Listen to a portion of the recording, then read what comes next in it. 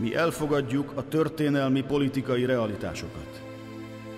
De azt senki se várja tőlünk, hogy eltitkoljuk jogos fájdalmunkat az ország területe 2/3 és a lakosság felének elveszítése miatt.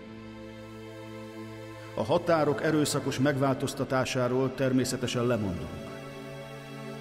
De megkívánjuk azt, amit a trianoni békeszerződés és a Helsinki záróokmány egyaránt tartalmazott, hogy a nemzeti kisebbségek jogait mindenütt tiszteletben tartsák. Én a lelkemben 15 millió magyar miniszterelnöke kívánok lenni. Antall József.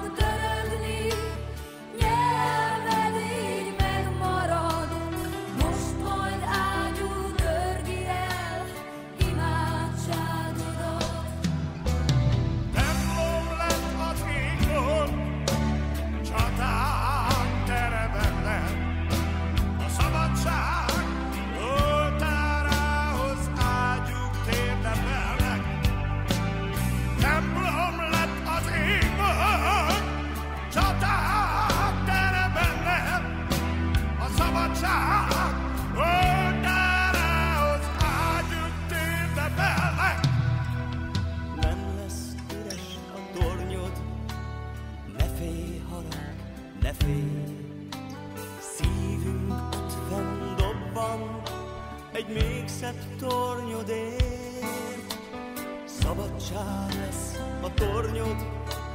Ne félj, harang, ne félj, add hát kölcsön nyelvet, dörgéssel beszélj.